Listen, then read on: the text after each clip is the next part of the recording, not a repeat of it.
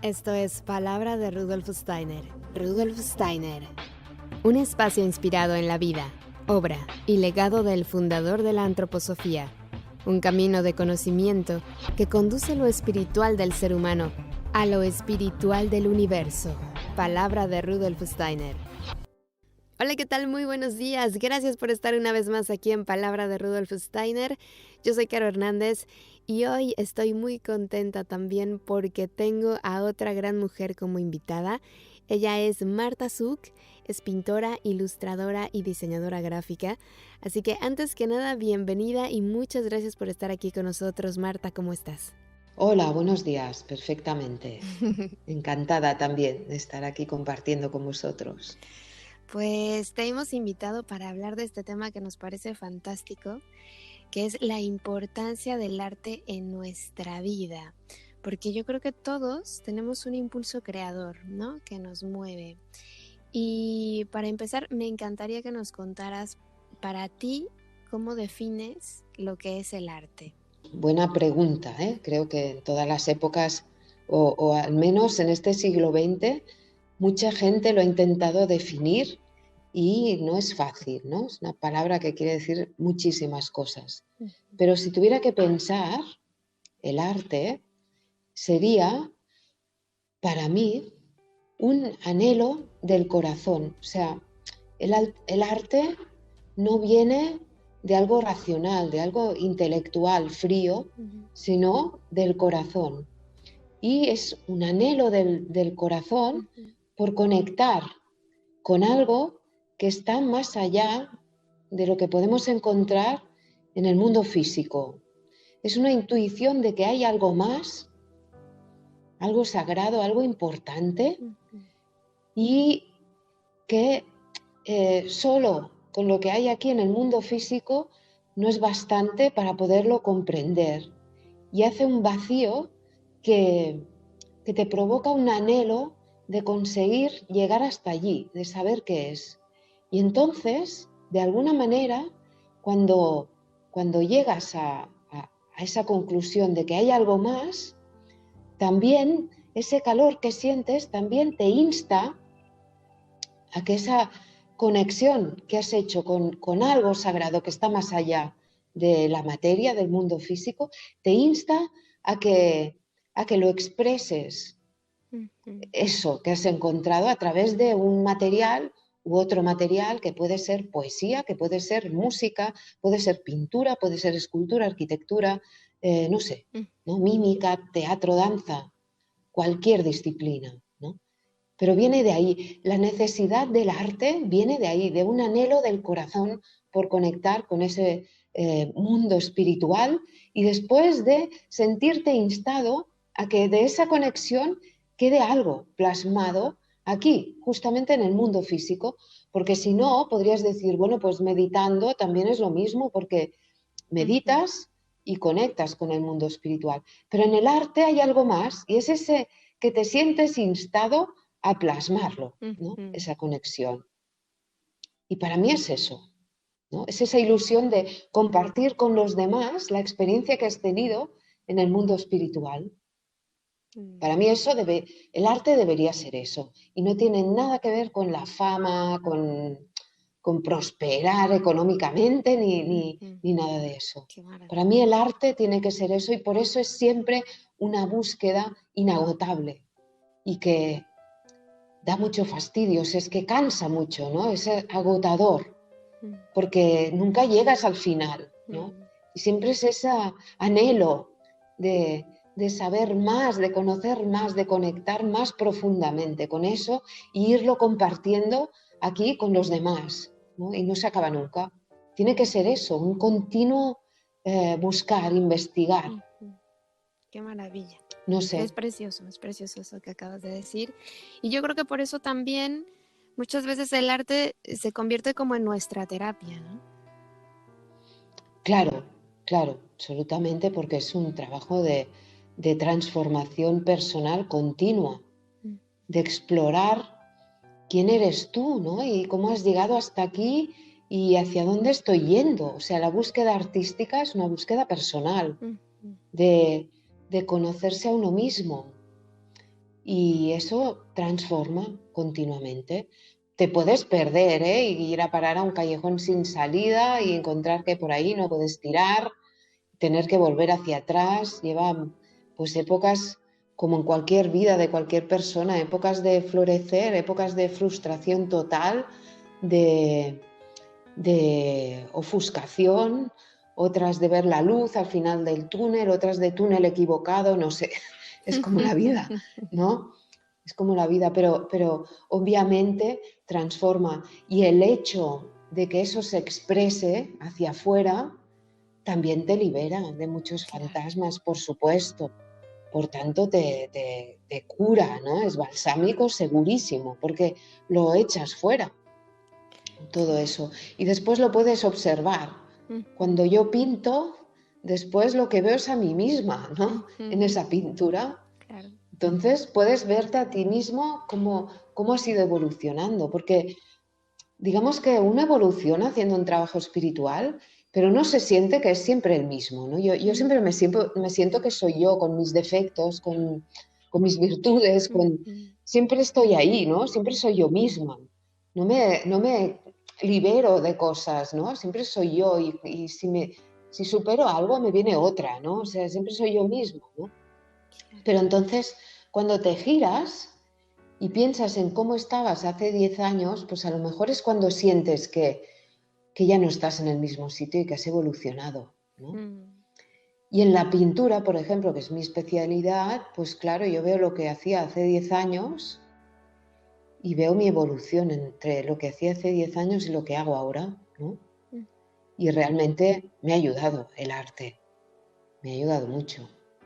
Claro. A entender muchas cosas y eso pues me ha transformado y es terapéutico absolutamente, absolutamente.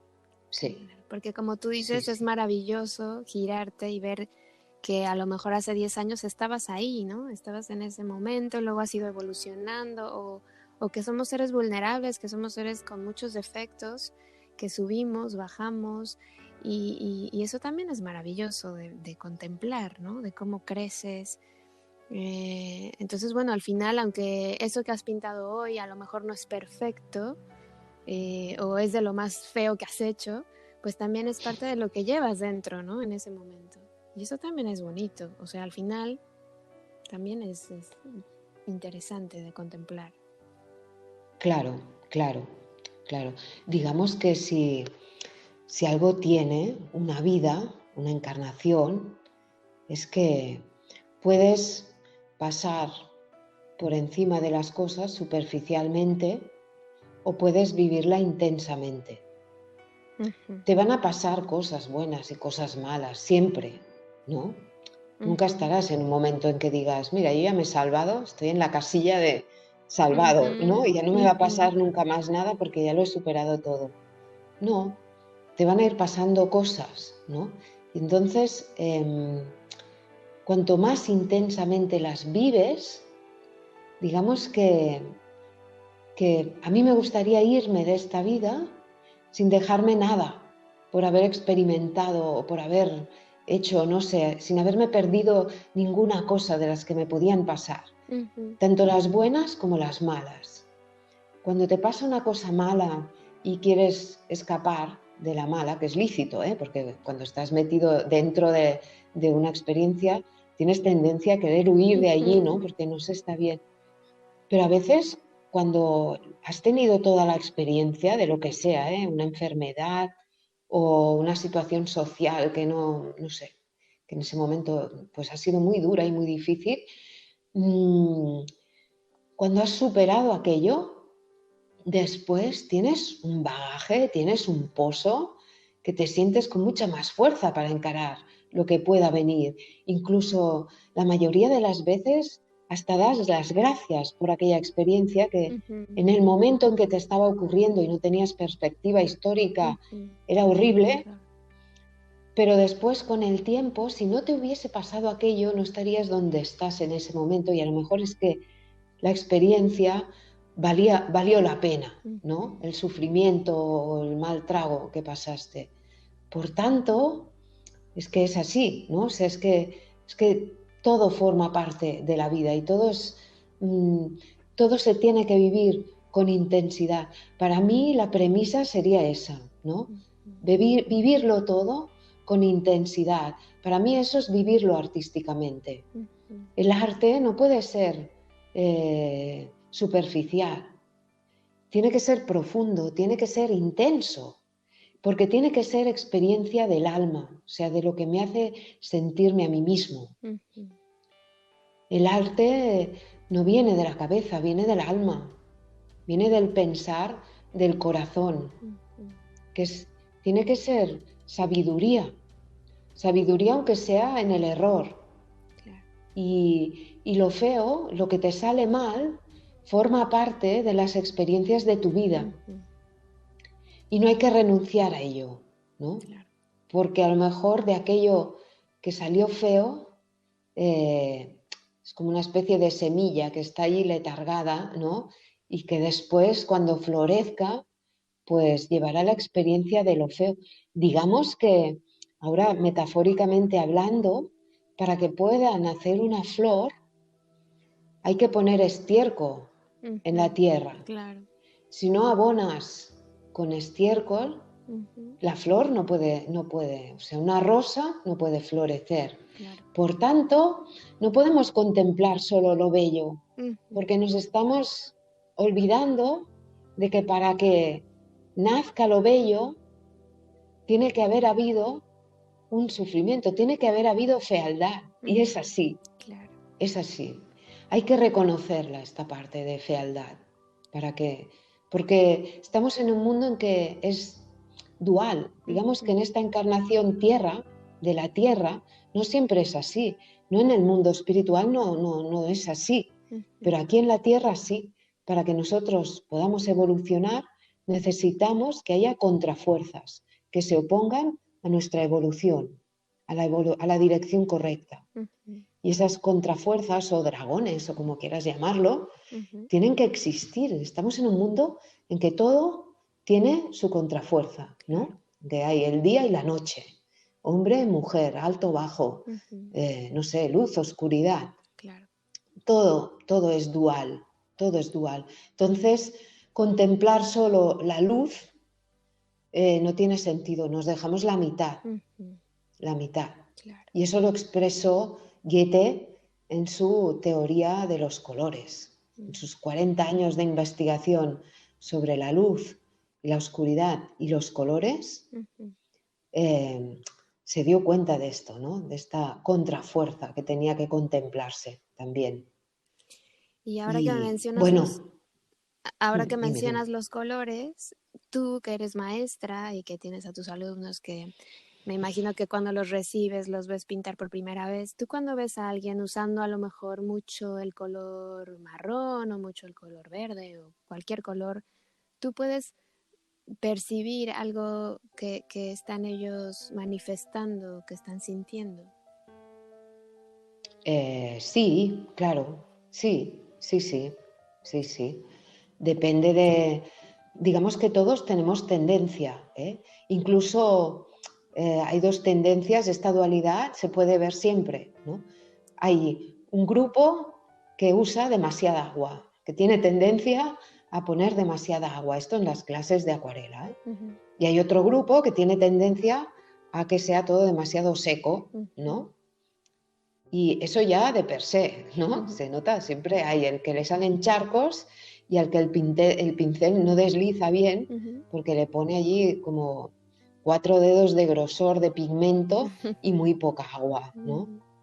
Y entonces sí que es verdad, sí que se ve, y se ve también pues quién empieza de una manera preciosa a pintar con unas transparencias, calidades, matices de colores, pero por ejemplo no sabe parar a tiempo. Y entonces sigue pintando y sigue pintando hasta que lo destroza todo, ¿no? Y queda todo opaco, marrón grisáceo, que es lo que pasa cuando se acaban mezclando todos los colores, ¿no? Y todo eso, claro que lo observo. Yo nunca he estudiado arte terapia. Yo he estudiado siempre desde lo artístico. Mi búsqueda es artística, ¿no? Y es expresamente que es así. Al principio no, incluso intenté matricularme en formación de arteterapeutas, pero siempre se daba, no sé, pasaban cosas que yo no podía entrar a formarme porque en ese momento o económicamente no podía, o por otras circunstancias no podía con los horarios, no podía siempre había algo que me impedía hacer una formación en terapia porque yo quería conocer cómo actuaba en el cuerpo, ¿no? Como información científica, ¿no? Y después me di cuenta de que ya llego allí, pero desde la observación artística, no terapeuta. Claro. Pero sí que puedo observarlo, ¿no? Y entonces yo, corrigiendo en la pintura, sin pensar si tiene que ver con el riñón o los pulmones o yo qué sé, ¿sabes? O el oído, pues también sana aquella persona, ¿sabes? Claro. Solo corrigiendo en la cualidad del ejercicio o de la lección que estamos haciendo. Y aparte es que yo hago los ejercicios con lecciones y las lecciones siempre son sobre temas de la ciencia espiritual de Rudolf Steiner.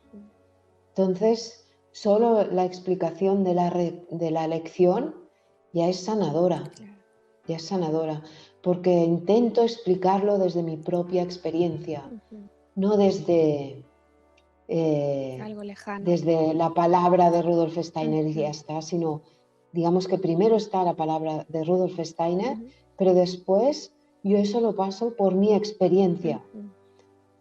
Y entonces eso pasa por mi corazón. Claro. Y allí se calienta y desde allí lo explico, desde mi propia experiencia personal. Por tanto, sale como de, digamos que esa es mi búsqueda y mi lucha, que salga siempre de primera mano, que no sea de lo que he oído o he leído, sino que aparte de haberlo oído o leído, sea experiencia propia. Y eso me lo facilita el arte. Yo puedo hacer que lo que lea sea experiencia propia porque luego pinto. Claro. Y eso baja de la cabeza al corazón. Y entonces sale de mi propia experiencia. Y eso ya no hay lugar a dudas allí, ¿no? Cuando explico algo, lo explico desde mi experiencia. Y entonces ese tema, que puede ser cualquiera, sigo siempre los ritmos del año, de la naturaleza, pero además eso lo conectamos con nuestra alma, con nuestra intimidad, ¿no? Con cómo podemos nosotros sincronizarnos con lo que la naturaleza nos expresa y no quedarnos en la parte solo superficial de la naturaleza, de qué bonito el bosque en otoño, sino qué me está diciendo ese gesto, ¿no? Y qué tiene que ver conmigo, ¿no? Y entonces desde allí pintamos, ¿no? Y claro, eso, la lección transforma y después pasa a ser experiencia propia, porque la gente lo pinta eso, y eso es experiencia propia, ¿no? Y para mí es lo máximo, o sea, para mí es el top de la transformación, de ejercitar este órgano de los sentidos espiritual que está aquí cerca del corazón, ¿no? Para mí es que lo facilita tanto el lenguaje artístico eso, ¿no? Y hace que no se quede en la parte racional, intelectual, que es el peligro que corremos hoy en día, que hemos tenido que hacer un esfuerzo tan inmenso para desarrollar el órgano del pensar durante tantas épocas en la humanidad. Hemos hecho un esfuerzo para desarrollar este yo, ¿no? Este yo que piensa, que nos cuesta muchísimo ahora dejarlo ir y recuperar, o sea, recoger esas fuerzas que nos han servido para saber que somos un yo y poder pensar y devolverlas otra vez al lugar del corazón, de la clarividencia, de la intuición, ¿no? de la imaginación, de la inspiración y de la intuición. Nos cuesta muchísimo, porque es como dejar ir lo que nos ha costado tanto de conquistar, ¿no? Claro. Además de que no se valora, ¿no? Esa parte no se valora. La gente está enfocada en el dinero. Si vas a ser pintor, tienes que triunfar para ganar dinero. Y muchas veces a los niños no les quieren enseñar a pintar o no les quieren enseñar a dibujar porque si le gusta y quiere dedicarse a eso, se va a morir de hambre. ¿Y qué vamos a hacer, no? Entonces... Sí, claro. Sí. Y digamos que los planes de estos, los informes PISA y estas ferias que hacen de universidades para que los estudiantes vayan a informarse sobre qué se quieren matricular, pues las carreras que tienen futuro, entre comillas, o más salida, nunca son las de humanidades o artísticas. Ahora mismo son las más materialistas de todas, ¿no? Claro. Y entonces toda la educación, aparte de la familiar, la educación en las escuelas se dirige hacia ahí, ¿no? Tienen matemáticas todos los días de la semana. ¿Y cuántas horas a la semana hay arte en la escuela? En una escuela pública, me refiero. Pues no. Sí, es totalmente así. De hecho, yo cuando era pequeña quería siempre pintar. Yo dibujaba, iba siempre con un libro de cuentos bajo el brazo y una libreta con lápices. Y siempre copiaba las ilustraciones de los libros de cuentos que me gustaban y dibujaba siempre, ¿no? Y por suerte, mira, una cosa que tienen las escuelas es que si eres el que dibuja bien, pues tienes un poco de suerte. Yo era de las que dibujaban bien en mi clase. Si cuando eres pequeño figura que no dibujas bien, ahí ya se te anula totalmente. O sea, lo dejas correr. Yo tengo una cantidad de alumnos que tuvieron ese problema, que vieron que no eran los que dibujaban bien en la clase y dejaron de dibujar, absolutamente. Y siempre les había gustado. Y vienen a mis clases porque les quedó allí como algo pendiente. Es que me quedó, sí, me quedé allí y nunca más volví a coger un lápiz, ¿no? Y siempre me gusta, ¿no? Siempre me había gustado, pero lo dejé. Y eso está a la orden del día. Y de hecho yo, aunque dibujaba bien, yo quería pintar y en mi casa me convencieron para estudiar diseño gráfico porque tenía más salida económica. Claro. Y no me arrepiento, porque me lo pasé súper bien, me encantó. De hecho, me gustó más que cuando después estudié Bellas Artes. Y fue por los profesores que tuve, que eran unos investigadores, esos, de vivir la vida intensamente. Y fue como, para mí, unos ejemplos de cómo hay que enfocar la vida, ¿no? Con ese vivirla intensamente y experimentar todo. Y fue muy artística en la escuela de diseño gráfico. Y en cambio en Bellas Artes, en la época en que yo estuve, pues la verdad es que me decepcionó mucho. O sea, era mi sueño.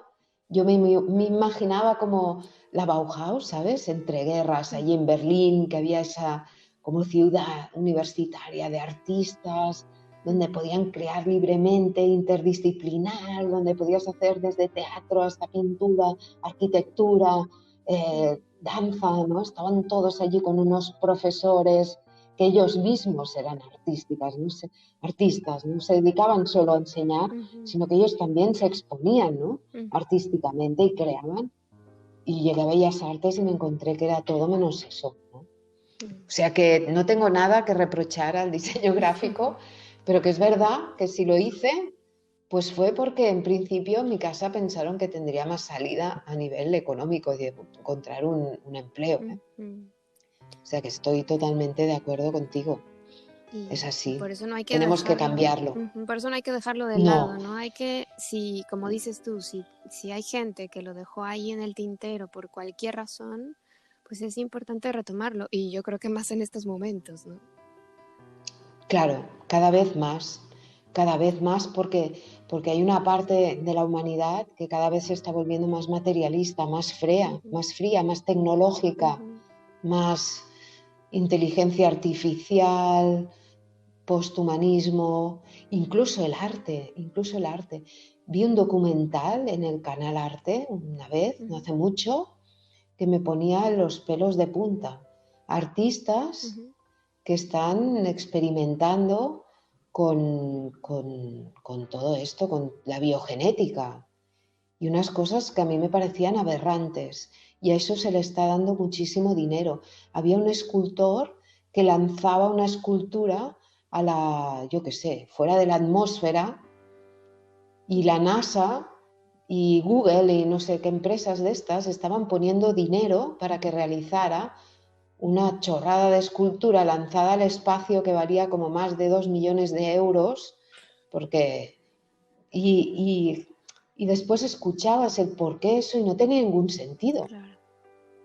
Era simplemente la tecnología, como un niño pequeño que está jugando con un juguete que se le está escapando de las manos, porque no sirve para evolucionar ni para que la humanidad conozca o llegue a tocar el mundo espiritual. Para mí el arte sirve para que aquellos que, como digamos que estamos todos juntos aquí en el mismo planeta, pero no estamos todos al mismo nivel evolutivo, ¿no? Digamos que yo tengo gente que ha hecho un camino ya antes que yo, y detrás mío también hay gente a la que va por detrás a nivel evolutivo, no importa, ¿no? Porque cada uno tiene su ritmo. Y los artistas, si tienen una capacidad, es esa, de trascender el mundo material físico e ir allí donde no se puede llegar con los sentidos ordinarios. Y entonces, su obligación, de alguna manera, también es traer al mundo físico aquello que no es del mundo físico, para que los que no han podido llegar hasta allí lo puedan contemplar con los sentidos ordinarios. Entonces, cuando tú escuchas una sinfonía, por ejemplo, y te emociona, una pieza de música, y te emocionas, o contemplas un cuadro y te emocionas, es porque realmente ese artista ha traído algo que pertenece al mundo del alma o al mundo espiritual aquí, al mundo de los sentidos. Y de alguna manera tu alma conecta con su mundo verdadero. Cuando estamos aquí despiertos, el alma está como dormida. Y cuando nos vamos a dormir y nos dormimos, el alma se libera de su encierro en el cuerpo vital y físico y convive con el mundo, ¿no? Pero cuando estamos despiertos lo podemos hacer a través de una obra de arte, eso mismo. Y eso es lo que produce esa emoción, porque esa emoción es, de hecho, una especie de liberación del alma. Como que se descomprime, ¿no? Y respira en ese momento, es ella misma, ¿no? Y eso es el arte. Y para mí es un deber del artista ser el máximo de auténtico posible. Porque tienes una responsabilidad moral con lo que estás haciendo. No puedes solo vomitar tus fantasmas y dejarlos allí plantufados en una tela, ¿no? Y que se los coma el que la compre. Para mí eso no es arte. Para mí eso es desahogo personal. Seguramente para el artista será muy terapéutico porque se lo ha sacado de encima, pero lo ha dejado ahí, ¿no? Que se lo va a comer otro. Y para mí eso no tendría que ser el arte. El arte conlleva responsabilidad de ser auténtico y de que tu búsqueda sea verdadera, ¿no? Y fíjate, ahora que explicabas todo eso, me imaginaba un poco que, bueno, si lo quisiera poner como una imagen, como si tuviera yo una energía en el corazón, que de pronto cuando yo hago un dibujo, se extienda esa energía para tocar hasta la punta de mis dedos, ¿no? Y esa energía es la que está conectada a mi mundo espiritual. Entonces, por ejemplo, cuando ves un dibujo de alguien que tuvo una infancia dura, que ves como que aprieta el lápiz, ¿no? Incluso cuando lo sujeta, que casi perfora la hoja cuando hace el dibujo, que ves así una dureza, ahí percibes que esa persona tuvo que madurar en 3 días, ¿no? O sea, de su infancia cortada, que nunca le dejaron dibujar, que nunca le dejaron expresarse de ninguna de las maneras, ni bailando, ni nada. Pero en el dibujo se ve claramente. Entonces, yo creo que por eso es importante que aunque nuestros hijos no se vayan a dedicar a dibujar, a pintar, no vayan a ser pintores, es importante que los dejemos expresarse artísticamente, por así decirlo, ¿no? Con sus manos o con sus pies, pero que estén en contacto a lo mejor con plastilina, con pinturas, con lápices. Yo creo que eso es importante, no perderlo de vista, no hacerlo a un lado como si fuera algo que no importa. Mira, te voy a hablar desde el punto de vista del color, que es mi especialidad. Yo doy clases artísticas de acuarela, sobre todo de acuarela, aunque no es lo único, porque la acuarela es casi como trabajar con el color puro, por la poca cantidad de materia que contiene, ¿no?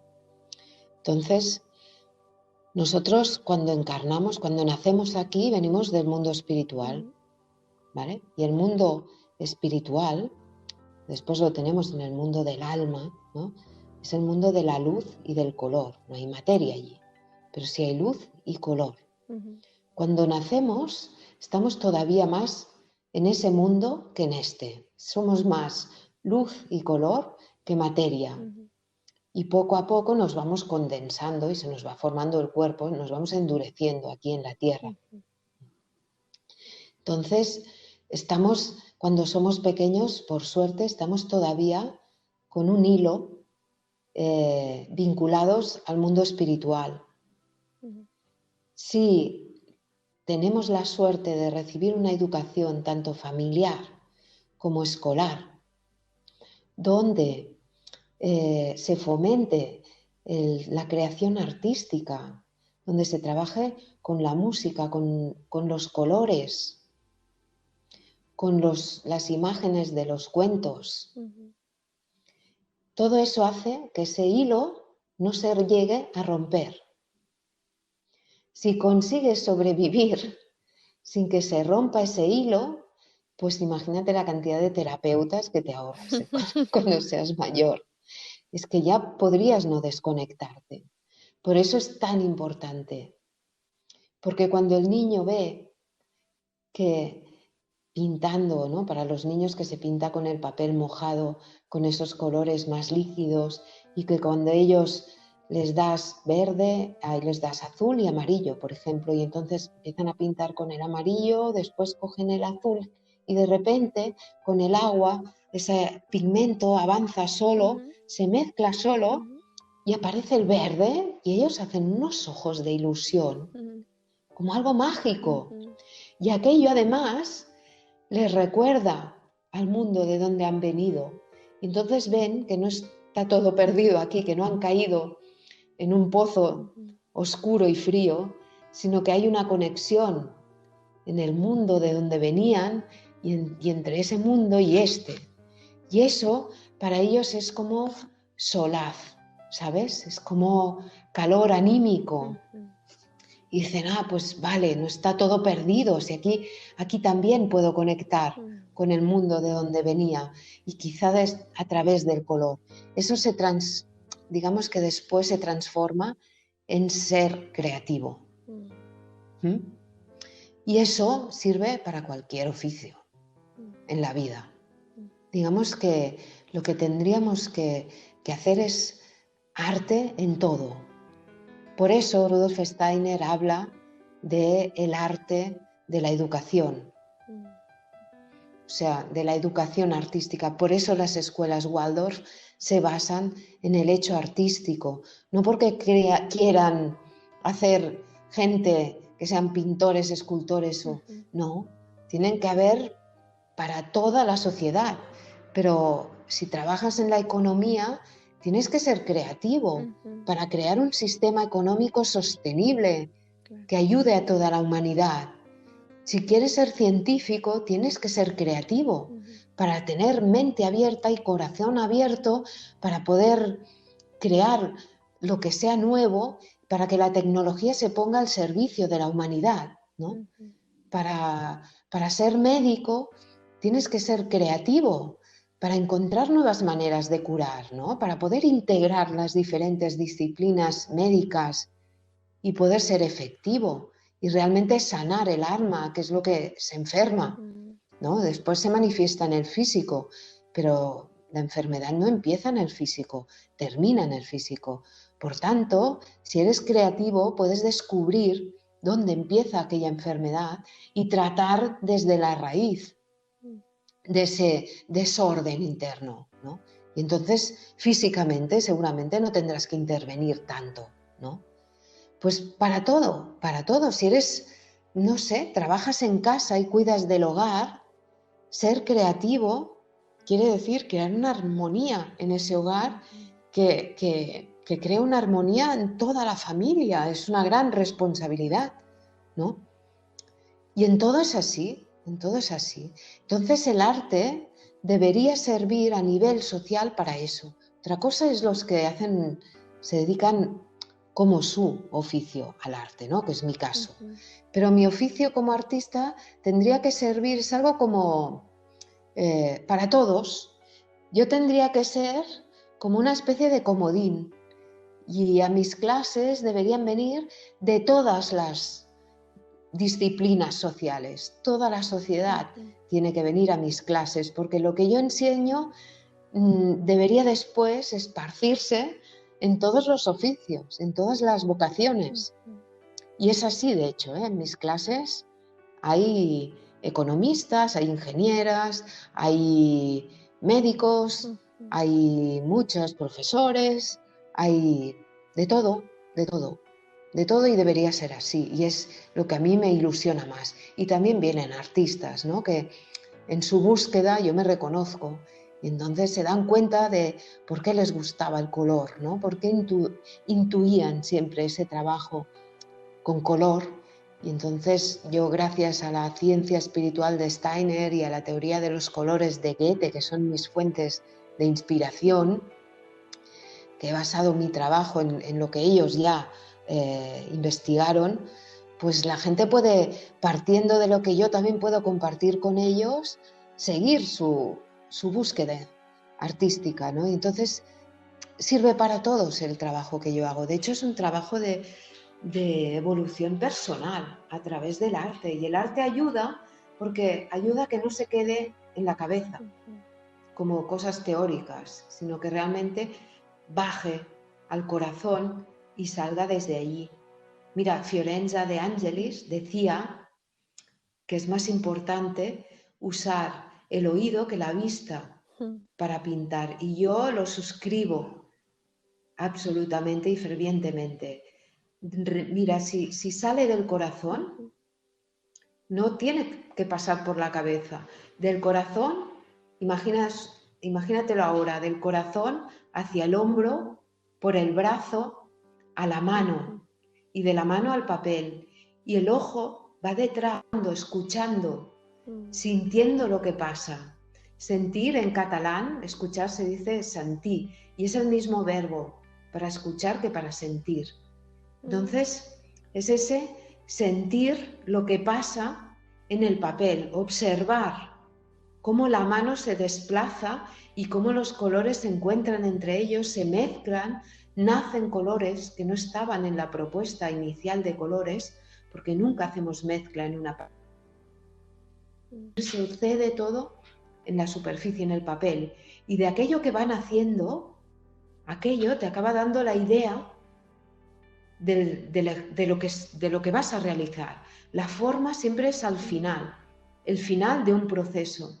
Y el proceso es del corazón al brazo, a la mano, y como decía Fiorenza de Angelis, la mano lleva la fuerza del ángel. Nunca estás solo haciendo un trabajo artístico.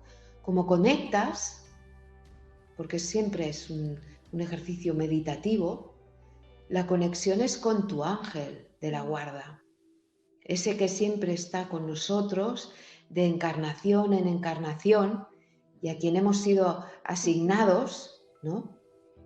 Y que nos acompaña siempre sin juzgar.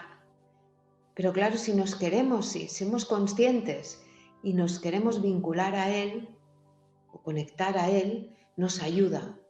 Entonces, todo eso sirve no solo para hacer una pintura, sirve para transformarnos a nosotros, ¿no? Y que después eso quede como pozo para cualquier trabajo que tengamos que hacer en la vida, sea lavar los platos o sea dirigir un banco, yo qué sé, ¿sabes? Oye, ¿qué nos puedes contar que no sea tan extenso de del significado de los colores? Del sería, significado, sí. por ejemplo, del azul, del amarillo, que serían los primarios. Sí. Mira, los colores en los que se basa la educación normal, siempre se habla de la teoría de los colores de Newton, ¿no? y se habla de que los colores están contenidos en un rayo o en un haz de luz blancas, los contiene la luz, que los podemos observar cuando a través de un prisma o de otro medio, como el agua o lo que sea, pues se descomponen y ahí podemos observar los colores, ¿vale? Esa es la teoría de los colores de Newton. Goethe, que ya intuía, porque Goethe, aparte de ser un escritor, por lo que se lo conoce más, pero durante 40 años, como dije antes, se dedicó a estudiar los colores, ¿no? Observar los colores y a redactar toda una teoría científica espiritual sobre los colores. Goethe era un iniciado, ¿eh? Entonces él intuía ya, a través de los sentidos espirituales, que no era del todo cierta esa teoría de Newton y la comprobé empíricamente con aparatos. Entonces él lo que descubrió, lo que escribió y nos dejó a nosotros como testigo es que Newton hablaba solo de la luz y consideraba la oscuridad como la nada o la ausencia de luz. Y Goethe dijo que, como decía yo al principio, vivimos en un mundo dual y por tanto no hay solo la fuerza de luz, sino que hay otra fuerza activa, que es las tinieblas o la oscuridad, que se contrapone directamente a las fuerzas de la luz. Y que de esa tensión entre luz y oscuridad es de donde nacen los colores. Y eso es revolucionario, porque no puedes solo contemplar la luz, sino que tienes que contemplar la luz en relación a la oscuridad para entender el mundo del color. Y volvemos a estar en ese inicio, principio nuestro de dualidad, de fuerzas. Entonces, digamos que el color primero que aparece cuando las tinieblas se empiezan a debilitar o a disipar es el azul. Cuando la luz empieza a introducirse en las tinieblas, aparece la luz. Ahí tenemos uno de los colores fundamentales. Y por el contrario, cuando la luz empieza a enturbiarse, por lo que sea, el primer color que aparece es el amarillo. Dependiendo de qué color predomina más, aparecen unos, o sea, de qué fuerzas predominan más, si las de la oscuridad o las de la luz, aparece un color o aparece otro, y así aparecen todos los colores del espectro. Cuando la luz y la oscuridad están en equilibrio de fuerzas, aparece el rojo. El rojo es el color que está entre luz y oscuridad, equilibrado, el que tiene los dos gestos. El gesto de la luz y el gesto de las tinieblas, o el gesto del azul y el gesto del amarillo. Por un lado, pero por otro lado, tenemos que cuando mezclamos en el mundo físico pigmento azul con pigmento amarillo, el que tenemos es el verde. El verde son complementariedad. Digamos que cuando hablamos del mundo físico, si mezclamos oscuridad y luz, o azul y amarillo, tenemos verde. Cuando hablamos, si intensificamos el azul va hacia el violeta. Si intensificamos el amarillo, vamos intensificando el amarillo va hacia el rojo. Y se encuentran estos dos en ese color que es, Goethe define como el magenta. Podríamos llamar un rojizo, ¿no? Ese color es la máxima donde se encuentran la luz y la oscuridad, o el azul y el amarillo, pero en luz, en intensificación. Y tenemos allí la primera complementariedad, verde-rojo. Es así como trabajamos con los colores. Wow, qué interesante. ¿Vale?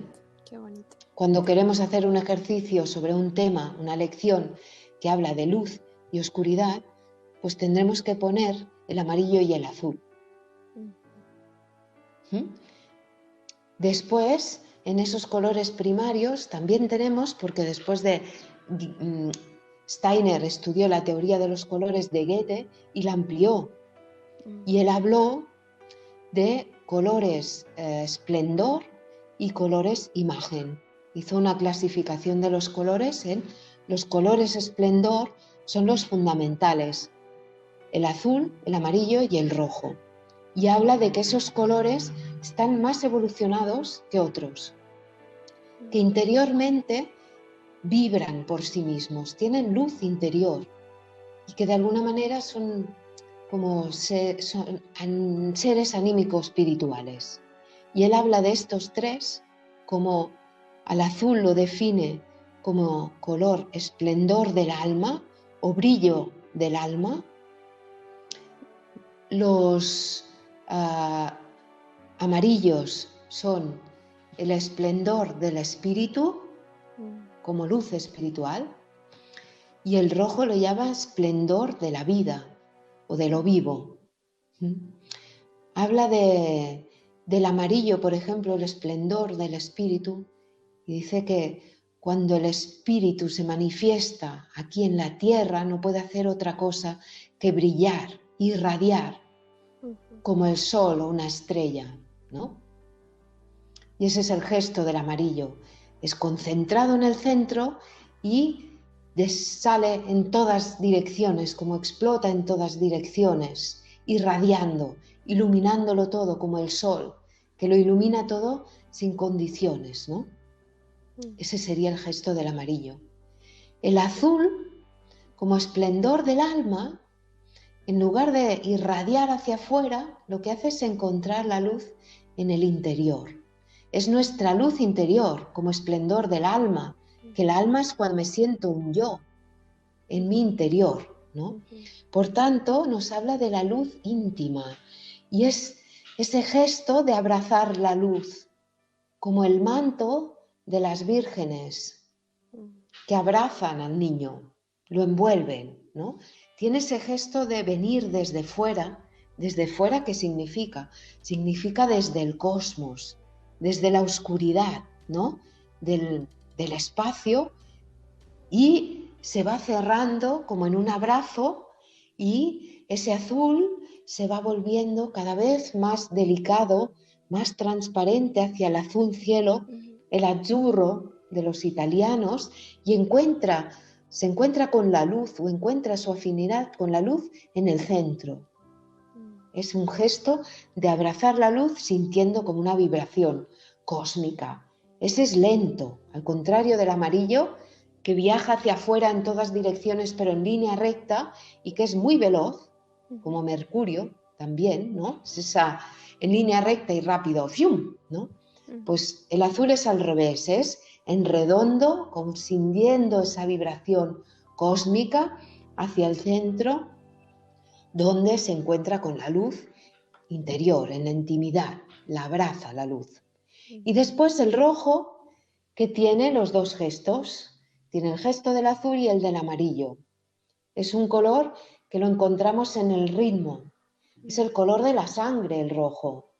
Y la sangre viaja por todo el cuerpo y le confiere el ritmo al corazón y a los pulmones también, ¿vale? Por tanto, el rojo vive en el ritmo, es el color de nuestro amor ahora, porque nuestro amor ahora todavía está relacionado con la sangre, con la herencia, ¿no? Con los descendientes. No siempre será así, pero de momento es el color de la voluntad, de lo vivo, ¿no? Que dice Steiner, esplendor de lo viviente, de la voluntad como el querer hacer, de la acción, que necesita calor. Y el rojo tiene ese calor de la acción, ¿no? Qué bonito. Es poesía. Oye, y bueno, ya para terminar, me gustaría que nos contaras acerca de tus proyectos, que sigues dando clases, ¿tienes algún proyecto importante en puerta? Sí, ahora, mira, yo doy clases, de momento, como estamos confinados o semi-confinados, pues doy clases online desde el COVID de marzo, de principios de este año. Nos encontramos así, nunca había hecho clases telemáticas, porque es obvio que prefiero 1000 veces más poderlas hacer presenciales, Claro. pero con los grupos que tenía nos vimos de un día para otro obligados a ver qué hacíamos. Y entonces decidí probarlo para no suspender las clases, Claro. pues como todo el mundo ya tenía materiales en casa, porque ya llevaban años pintando conmigo, la mayoría, pues empezamos así, haciendo las clases online. Vimos que funcionaban y además era fantástico porque todos confinados, pues qué mejor que un día a la semana poder pintar cada uno en casa, Claro. ¿no? Además no es algo telemático, frío, que tengas solo que escuchar una conferencia, sino que pintábamos en directo, o sea, las clases eran online. Entonces yo pedía a todo el mundo que enfocara hacia su papel, hacia su superficie de trabajo, y ahí iba siguiendo a todos, ¿no? Y corrigiendo cuando había que corregir algo, aconsejando. Y funcionó tan bien que yo subía al Instagram y a Facebook las clases, y entonces se fue añadiendo gente y acabé creando un grupo nuevo con gente de todo el mundo. O sea, había gente de Chile, de Argentina, de Francia, de Canarias, de Valencia, sí, la verdad, de Castilla. La verdad es que no me lo esperaba para nada y para mí fue como vaya, pues mira, tenemos otra posibilidad. De Italia también se apuntó gente que había trabajado conmigo y que después pues se iba a vivir a otro sitio y ya no podía seguir las clases. Nos recuperamos otra vez, ¿no? Y pues todavía siguen ahora, ¿no? Y ahora en septiembre empecé con los cursos presenciales en Barcelona, en la casa Rudolf Steiner. Ahora nos han confinado, pero yo puedo seguir, porque resulta que toda aquella formación que no se puede hacer telemáticamente porque sea necesario por el tema o por lo que sea, pues que sea presencial, por el epígrafe que tenemos nosotros se podía hacer. Y entonces yo decidí hacer un foco de resistencia y estar ahí en persona los jueves con los grupos, pues con la gente que se atreva a venir. Y de momento estamos allí, es legal, hacemos solo pues 1 hora a la semana y ya está. La casa Steiner está cerrada, pero yo puedo continuar legalmente mientras pueda, seguiré allí, porque además tengo gente nueva que empezó este año, que todavía no tienen materiales en casa y que no pueden seguirlas online, ¿no? Entonces, tanto como pueda, pues intentaré mantener allí la clase en persona. ¿Y cómo pueden estar en contacto? Sí, bueno, pueden dirigirse a mi página web y ahí encontrarán el enlace con mi correo electrónico, me pueden contactar, está mi teléfono también, por teléfono también me pueden contactar, y yo tengo grupos por Zoom y doy clases los miércoles a las 5:30.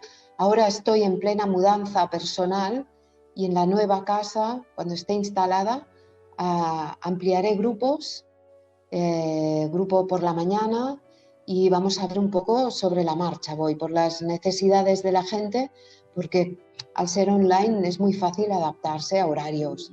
Entonces, que haya un mínimo de gente y ampliaré más grupos. Y entonces hay un mínimo de material que necesita la gente tener en casa, pero que se puede conseguir fácilmente. Y después grabo las clases, las sesiones, y después si alguien necesita recuperar lo que he dicho, pues las mando a los alumnos y vamos así. Y aparte, yo hago seminarios de fines de semana, hago un seminario también intensivo de Navidad, otro de verano, ¿vale? Y ahora el de Navidad, este año, será compartido con Joan Melé y con José Antonio Lacueva. Es un seminario que le hemos puesto por título El coraje espiritual en el siglo XXI, en el cual habrá cada día lecciones artísticas, conferencia de Joan Melé y experimentación con el etérico, porque José Antonio Lacueva es un científico, es un químico que trabaja con cristalizaciones sensibles, con todo el mundo etérico, y entonces vamos a hacer parte experiencial y también de conexión. Este seminario será en Montserrat. Yo lo recomiendo fervientemente porque va a ser un seminario de introspección, de trabajar en comunidad y de percibir ese mundo que está detrás del mundo físico. Montserrat es una montaña emblemática que tiene una conexión con las fuerzas telúricas y con ese alma o espíritu de la tierra, con el corazón de la tierra, digamos, ¿no? Con el chakra del corazón de la tierra. Hay una conexión directa en Montserrat y por eso escogimos hacerlo allí. Nos alojaremos allí mismo, al lado del monasterio, y vamos a caminar y a tener experiencias en la montaña directamente y después en unas salas que hay habilitadas donde vamos a pintar, donde vamos a compartir, vamos a hacer tertulia también por la noche. Hay un cupo máximo de asistencia por lo del COVID, entonces está casi lleno, quedan pocas plazas, pero bueno, informaros. En la casa Rudolf Steiner hay información, en mi página web también vais a encontrar información y bueno, no sé, os animo a que preguntéis y va a ser eso, 5 días. No lo llamaré intensivo porque no va a ser trabajando a tope, pero sí que va a ser conexión intensiva, que vamos a estar allí en comunidad y creo que, como lo que hablábamos antes, Caro, es importantísimo este momento para crear comunidades de resistencia y de compartir, ¿no? Porque lo que nos viene encima pues es grande. Claro. Y como no estemos juntos y desarrollemos fuerzas para sobreponernos a lo que está viniendo, pues va a ser complicado en el futuro, ¿no? No es que todo se va a pasar la pandemia y todo vaya a ser no sé, ¿no? Un momento Todo de como rosas. antes. Yo creo que, exacto, no creo que sea así. Y también todo lo que pasa, al menos a mí, me insta a ya no puedes dormir más, ¿no? No podemos dormirnos más y aplazar. Pues sí, tengo que hacer trabajo espiritual y me quiero apuntar a hacerlo y voy a empezar a meditar la semana que viene, pero ya veremos. Y así pasa un año y otro y quedan las cosas como en el cajón, ¿no? Y yo creo que ahora es ya sí o sí. O te pones o después va a ser muy complicado, ¿no? Porque ahora es un momento, cuando pasa algo, esas fuerzas de contraste, ¿no? Que van en contra de nuestra evolución, también quiere decir que las fuerzas evolutivas, las de luz, las que nos acompañan, también están muy activas, porque no hay uno sin lo otro. La dualidad conlleva eso, ¿no? Claro. Que cuando una se polariza mucho hacia un extremo, quiere decir que la otra también tiene mucha fuerza en ese momento. Y es un momento para aprovecharlo. Sinceramente, yo lo siento así. Claro. Y Joan Melé también, y José Antonio también, y coincidimos este verano en mi seminario intensivo de verano. Ellos vinieron como alumnos, y bueno, alumnos que ellos tienen mucha experiencia, pero para compartir, y la verdad es que salió de allí, ¿no? De ese querer profundizar en el chakra del corazón propio y conectarlo con el corazón de la tierra, ¿no? Nuestros corazones con el corazón de la tierra. De ahí salió como propuesta el compartir. Oye, si nos juntamos, y si juntamos desde tu disciplina, mi disciplina, son como un solo qué con 3 comos distintos, ¿no? Y eso nos ayuda a todos, ¿no? Y no estamos en competición, sino que estamos en modo colaboración. Y con la gente que pueda venir para aprender, pero también para compartir. Y ahí nos vamos a enriquecer todos. Y digamos que, ya lo dijo Steiner, tenemos que crear comunidades. El gesto es hacia la comunidad. La individualidad ya la hemos conquistado. Ya sabemos que somos individuos con nombre y apellidos propio, y eso está bien que sea así, pero ahora todo lo que conquistamos como individualidad lo tenemos que poner al servicio de la comunidad. Y así esa comunidad se enriquecerá tanto que no será la suma de tantas individualidades, sino que el beneficio será exponencial. Y lo que vamos a poder crecer será la multiplicación de lo que cada uno lleva consigo. Digamos que nadie lleva la verdad absoluta en sí, pero que cada uno de nosotros tiene una parte de verdadero. Y si nos ponemos con la actitud adecuada y compartimos esa parte verdadera, auténtica de cada uno de nosotros, eso es lo que nos va realmente a ayudar y hacer evolucionar. Esa es la terapia verdadera, ¿no? Y esa es la intención de este seminario de Navidad, ¿no? En este momento de crisis en que nos quieren separar, en que todo tiene que, no podemos vernos, ni encontrarnos, ni pues hacer todo lo posible para que se pueda realizar y nos podamos encontrar y podamos compartir esa parte espiritual que sí que nos puede sanar, ¿no? De todas estas enfermedades que están viniendo ahora, ¿no? Que son enfermedades del frío, que nos enfrían, ¿no? Pues eso Pues es mi proyecto gracias. primero y último por ahora, ¿no? Y las clases y mi trabajo, mi compromiso personal con mi búsqueda como artista. ¿Vale? Pues maravilloso, Marta, muchísimas gracias. Nos has creado una atmósfera maravillosa y bueno, como que por fin lo entendimos todo, ¿no? El por qué nos conmueve ver una obra de teatro, una escultura, una pintura, alguien bailando.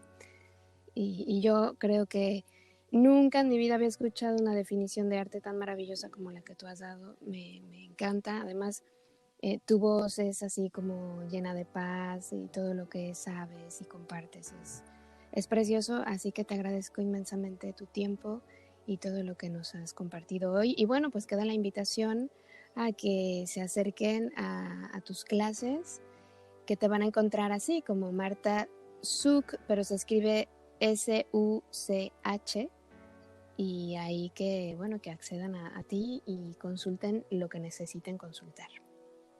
Exacto, mi página web es martasuch, acabado SUCH.info. Ahí encontrarán toda la información de mis cursos y si alguien se quiere poner en contacto conmigo, pues ningún problema. Estoy a disposición y encantada de, si os ha podido ser útil lo que os he explicado, como siempre, solo puedo compartir mi experiencia y hasta ahí llego, pero encantada de si a alguien le sirve. Y muchas gracias, Caro, también por dejarme expresar y poder compartirlo, porque si no fuera por vosotros, pues quizá no llegaría, ¿no? a tanta gente. Así que muchas gracias también por vuestra iniciativa y por la difusión que estáis haciendo de todo esto que sé que no es fácil, ¿vale? Sí. Muchas gracias y ojalá podamos coincidir pronto, Marta. Seguro que sí, ¿por qué no? Muchísimas gracias a Marta Such por aceptar esta invitación. Gracias por acompañarnos una vez más en una charla maravillosa. Y sin duda el arte es algo que no tiene mucha explicación científicamente hablando, ¿no? Porque tú no sabes por qué cuando escuchas una guitarra, cuando escuchas un piano o cualquier instrumento, te sientes atraído. ¿Por qué cuando alguien canta te maravillas también? ¿Por qué cuando ves una escultura como La Piedad de Miguel Ángel quieres llorar? Es como ver eso divino de lo que somos parte, plasmado en la tierra, y nos impacta de tal manera que nos hace sentir algo. Y eso es maravilloso, es magnífico. Así que la invitación está ahí. Permite que tu ser se exprese en cualquiera de las artes y tómalo también como algo necesario en nuestra vida. Es igual de importante que cualquier otra actividad que te puedas imaginar. Así que ojalá también las artes retomen fuerza en las escuelas y retomen fuerza en las casas, que los padres demos permiso a nuestros hijos de experimentar el contacto con la música, con el baile, con la pintura, porque muchas veces no sabemos cómo expresar eso que sentimos con palabras y se expresa muy bien de otras maneras. Y quién sabe, igual y eres un gran artista pero no te has dado ese permiso de expresarte y de mostrarte al mundo, ¿no? Como dicen por ahí, hay que ser valientes, que más da lo que digan los demás. Lo importante es permitir a tu ser espiritual expresarse y alimentarte de esa actividad, porque de verdad que es llenadora. Así que por mi parte es todo. Muchísimas gracias por estar una vez más aquí en Palabra de Rudolf Steiner. Yo soy Caro Hernández y te recuerdo que estamos en contacto a través de nuestras redes sociales, en Facebook, en YouTube, en Instagram y también en nuestra página web palabraderudolfsteiner.com. Te recuerdo que contigo están siempre mis mejores deseos, que el sol brille mucho tiempo sobre ti, que el amor te rodee siempre y que la luz que mora en ti guíe tus pasos. Si así debe ser, nos escuchamos el próximo miércoles. Gracias y te dejo como siempre en la mejor compañía en Mantra 91.9 FM. Hasta la próxima. Escuchaste Palabra de Rudolf Steiner. Rudolf Steiner. Un espacio inspirado en la vida, obra y legado del fundador de la antroposofía. Un camino de conocimiento que conduce lo espiritual del ser humano a lo espiritual del universo. Palabra de Rudolf Steiner.